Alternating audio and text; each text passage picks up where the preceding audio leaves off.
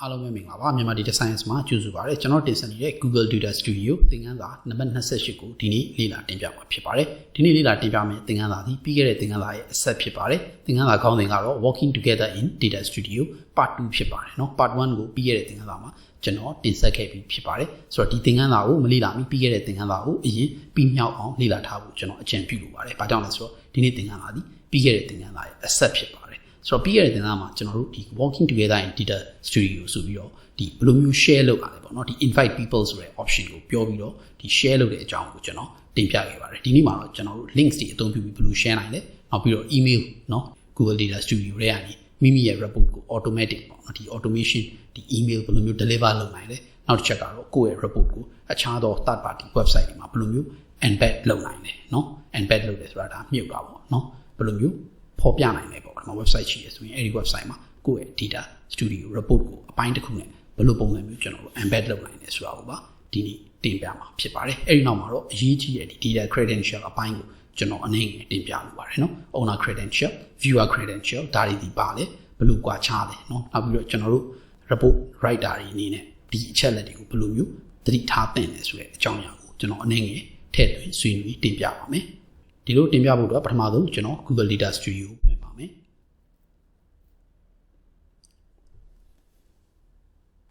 ကျွန်တော်တို့ chart ဒီအတည်ရေးဆွဲမှာမဟုတ်တဲ့အတွက်ကျွန်တော်ပြီးခဲ့တဲ့သင်ခန်းစာကိုပဲပြန်လည်ဖွင့်ပါမယ်เนาะကျွန်တော် sharing ကိုပဲအဓိကဦးစားပေးပြီးတင်ပြလိုတဲ့အတွက်ဖြစ်ပါတယ်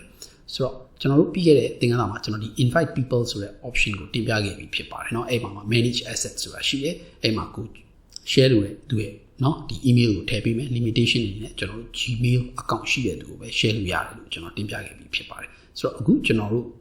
့ဒီ link နဲ့ share တဲ့အကြောင်းကိုကျွန်တော်အနေနဲ့တင်ပြလိုပါတယ်เนาะကျွန်တော်ဒီ schedule အကြောင်းကိုပြီးရင်တင်ပြပါမယ်ဆိုတော့ဒီ get report link ဆိုတာဒါ link နဲ့ share လုပ်တာပါဆိုတော့ get a link ဆိုတာကိုနှိပ်မယ်ဆိုရင်ကျွန်တော်တို့ဒီ share ပေါ့เนาะ share လုပ်ရတဲ့ link ကိုကျွန်တော်ရရှိမှာဖြစ်ပါတယ်เนาะ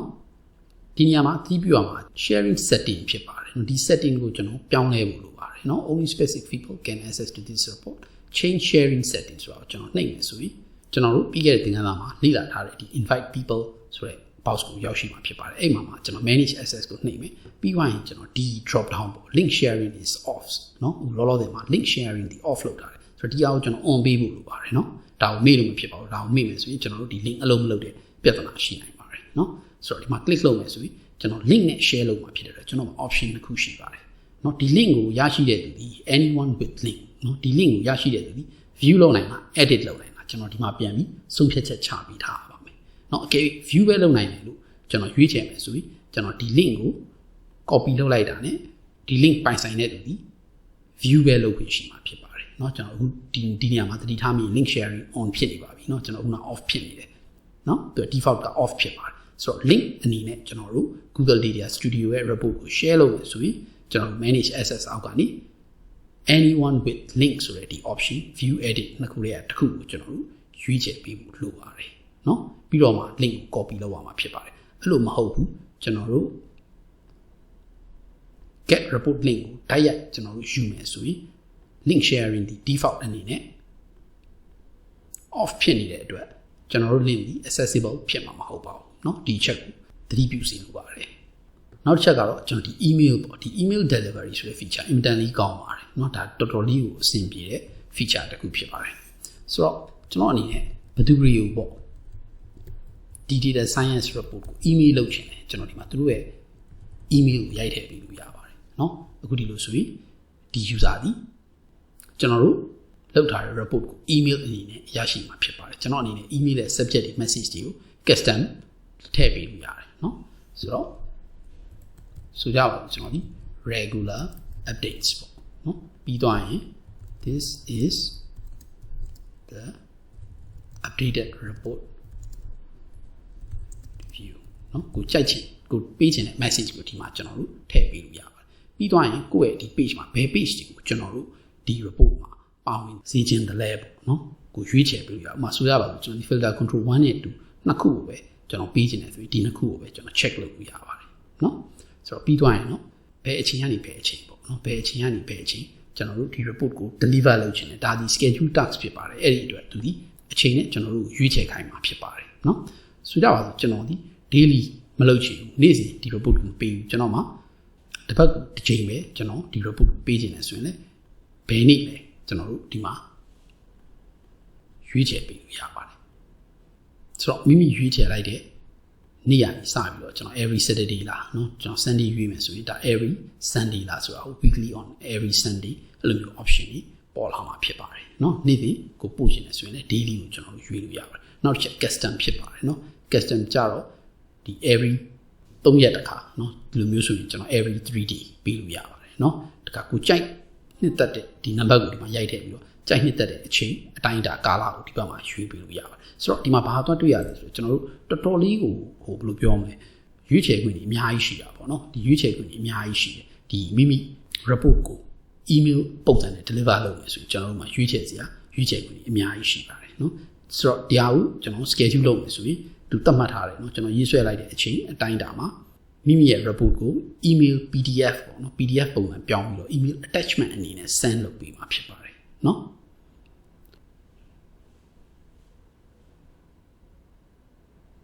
နောက်တစ်ချက်ကကျွန်တော်ဒီ embed လုပ်တာပါเนาะကိုယ့်ရဲ့ဒီ report ကိုတခြားသော website တွေမှာ embed လုပ်ချင်တယ်ဆိုရင်ကျွန်တော် embed option ရွေးပြီး enable embed ကိုနှိပ်ပေးရမှာဖြစ်ပါတယ်เนาะဒီ enable embed ကိုနှိပ်ပေးမယ်ဆိုရင်တော့ကျွန်တော်ဒီ embed လုပ်ဖို့အတွက် code ကိုထုတ်ပေးမှာဖြစ်ပါတယ်เนาะ URL အနေနဲ့ embed လုပ်ချင်ရင်လည်းကျွန်တော်တို့ဒီ URL ပေါ့ဒီ report ရဲ့ URL ကိုထုတ်ပေးမှာဖြစ်ပါတယ်เนาะဆိုတော့ဒီ embed code ကိုကျွန်တော်တို့ copy လုပ်သွားမယ်ဆိုရင်ဘယ် website မှာမဆိုကျွန်တော်တို့ paste လုပ်ရင်ဒီ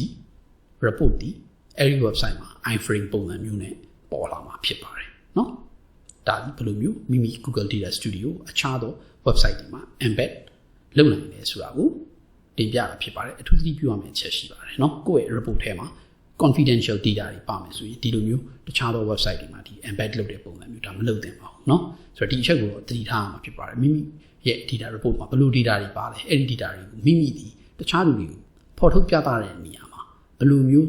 အပိုင်းကိုပဲပြခြင်းနဲ့ဘယ်လိုအပိုင်းကိုတော့ဖြစ်တာ confidential အနေနဲ့ထားသင့်တယ်ဆိုတာကိုတော့ဥစွာဆုံးဖြတ်ချက်ချထားဖို့လိုအပ်ပါတယ်เนาะဆိုတော့နောက်ဆုံးအနေနဲ့ကျွန်တော်တင်ပြလိုတာက data source credential ဖြစ်ပါတယ်เนาะဒီအပိုင်းကျွန်တော်နိုင်ငံတင်ပြလိုပါတယ်ဆိုတော့ကျွန်တော်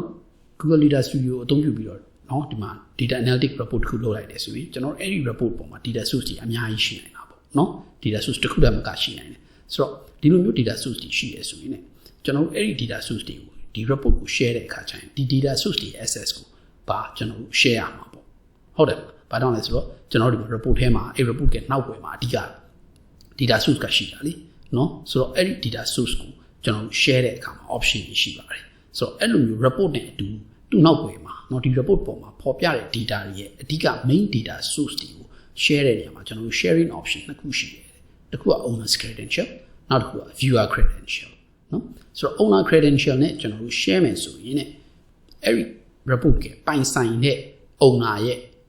credential ပေါ့เนาะဒီ user access level အရာကျွန်တော်တို့ share တာဖြစ်ပါတယ်ဆိုတော့ owner credential နဲ့ share မယ်ဆိုရင်လွယ်လွယ်မှတ်မယ်ဆိုရင်တော့ဗျာဒီ data source တွေကိုအဲ့ဒီ share ခံရတဲ့သူကဒီ owner ဖြစ်တဲ့သဘောမျိုးတက်ရောက်သွားတာပေါ့เนาะဆိုတော့ဒီ data source တွေကိုသူ့အနေနဲ့ဝင်ပြင်မယ်ဆိုရင်လည်းပြင်လို့ရတယ်တခါ viewer credential နဲ့ share မယ်ဆိုရင်တော့အဲ့ဒီလူသူ့ရဲ့ own credential ကိုအသုံးပြုပြီးတော့ဒီ data set ကို access လုပ်အောင်မှာဖြစ်ပါတယ်တဲ့ဆိုလိုချင်တာကကျွန်တော်အနေနဲ့ viewer credential နဲ့ဒီ report ကို share မယ်ဆိုရင်ねအဲ့ဒီ report ကနောက်ွယ်မှာသုံးထားတဲ့ data source တွေဒီသူဒီ view access ပဲရမယ်เนาะဒီ data source ကို access လုပ်ဖို့သူ့မှာအခြားတော့သူ့ရဲ့ကိုယ်ပိုင် credential ကိုအသုံးပြုပြီးတော့မှဒါလीသူဒီ access လုပ်လို့ရမယ်တဲ့ဆိုကြပါစို့ကျွန်တော်တို့မှာ Google Data Studio report ရှိတယ်เนาะဒါဒီ DS Data Studio report တခါကျွန်တော်တို့မှာ Google Sheet ရှိတယ်เนาะ Google Sheet ရှိတယ်ဆိုတော့ Google Sheet ကျွန်တော်မှာနှစ်ခုရှိတယ်เนาะဆိုရင်ဒီ Google Sheet ဒါဒီ data source ပေါ့เนาะဒါ data source ဆိုတော့ဒီ data source ဒီမှာကျွန်တော်ဒီ data studio မှာပါဝင်တဲ့ဒီ data source နှစ်ခုတွေကဒီတစ်ခုကိုကျွန်တော်ဒီ viewer credential ပေါ့เนาะ viewer credential နဲ့ကျွန်တော် share မယ်ဆိုရင်သူဒီ data source ဒီ Google Sheet ကို access လုပ်ဖို့အတွက်သူ့ရဲ့เนาะ credential နဲ့ access လုပ်အောင်မှာဖြစ်ပါတယ်ဆိုတော့ဒီ data sheet ကိုเนาะဒီ Google Sheet ကိုကျွန်တော်ဒီလူကို share လုပ်မထားဘူးဆိုရင်သူဒီ data studio report က data source မှာဘာမှဝင်ပြီးပြင်လို့ရမှာမဟုတ်ပါဘူးเนาะဒီသဘောတရားပဲဖြစ်ပါတယ်ဆိုတော့ကျွန်တော်တို့မြင်တာအောင် Google Data Studio တစ်ချက်ပြန်သွားပါမယ်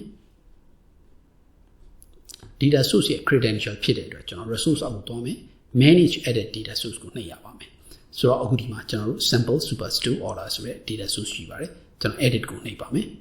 နော်ဆိုတော့ဒီနေရာမှာပါနော် data credential ခုနကျွန်တော်တင်ပြခဲ့တယ်ဆိုတော့ဒီနေရာမှာပါဒီနေရာမှာကျွန်တော်တို့ access ပေးရမှာဖြစ်ပါတယ်ဆိုတော့အခု owner credential နဲ့ကျွန်တော် share ထားတဲ့အတွက်နော် allow this data source to connect to underlying datasets using the credential owned by the person below ဆိုတော့ဒီ person ဒီ data source ကို own ဖြစ်တဲ့သူဖြစ်တဲ့အတွက်ကျွန်တော် owner credential နဲ့ share မယ်ဆိုရင် share ခံရတဲ့သူဒီ data source ကိုဝင်ပြင်လို့ရပါတယ်တခါကျွန်တော် viewer ပြောင်းမယ်ဆိုရင်နော်အောက်မှာ warning ပေးထားတဲ့အတိုင်း changing credential may cause people to lose access to the data ဆိုတော့ဒီ data source ကိုသူတို့ဒီ access လုပ်ဖို့အတွက် lose ဖြစ်မယ်ဆိုတော့ access လုပ်နိုင်မှာမဟုတ်ဘူးတဲ့နော်ဆိုတော့ဒါရှင်းပါတယ်ဘာကြောင့်လဲဆိုတော့ဒီလိုမျိုး share မယ်ဆိုရင်တော့ဒီ data sheet ကိုနော်သူတို့ရဲ့ credential ကိုအသုံးပြုပြီးတော့မှ access လုပ်လို့ရမှာဖြစ်ပါတယ်ဆိုလိုတာကျွန်တော်ဒီ data sheet ကိုအဲ့ဒီလူနဲ့ share မထားဘူးဆိုရင်ဒီ report ကို share ထားလို့ရတယ်သူဒီ data source ကိုဝင်ပြီးပြုပြင်ပြောင်းလဲလို့ရမှာမဟုတ်ပါဘူးเนาะဆိုတော့အများသောအားဖြင့်ကျွန်တော်တို့ဒီ report ကိုအရင်ဆုံးပေါ့เนาะဒီကနအူးပေါ့ team lead က create လုပ်တယ်ဆိုရင်အဲ့ဒီ team lead သားလေးဒီ data ကို manipulate လုပ်ခွင့်ရှိမယ်เนาะ data source ကို direct access လုပ်ခွင့်ရှိမယ်တခါကျန်တဲ့လူတွေတော့ကျွန်တော်တို့ပုံမှန်အားဖြင့် data source ကို access လုပ်လို့မရအောင်တားဆီးရရှိပါတယ်เนาะအဲ့လိုမျိုးလုပ်မယ်ဆိုရင်ကျွန်တော်တို့ဒီ viewer credential ရွေးပေးရမှာဖြစ်ပါတယ်เนาะဒီလိုဆိုရင် owner's credential နဲ့ viewer credential ကွာဟချက်ကိုနားလည်ပြီလို့ကျွန်တော်ယူဆပါတယ်ဆိုတော့ဒီနေ့သင်ခန်းစာကိုဒီမှာပဲရန်နာခွင့်ပြုပါကျွန်တော်တို့မြန်မာ data science ကပို့ချတဲ့သင်ခန်းစာတွေကိုလေ့လာနိုင်မှုအတွက်ကျွန်တော်တို့ YouTube channel ကို subscribe လုပ်ထားပါမိမိရဲ့ညီငယ်ညီမငယ်တွေကိုလည်းကျွန်တော်တို့ channel အကြောင်းကိုစကားမျှဝေပေးဖို့တောင်းဆိုလိုပါတယ်အားလုံးရွှေလန်းချမ်းမြေ့ကြပါစေ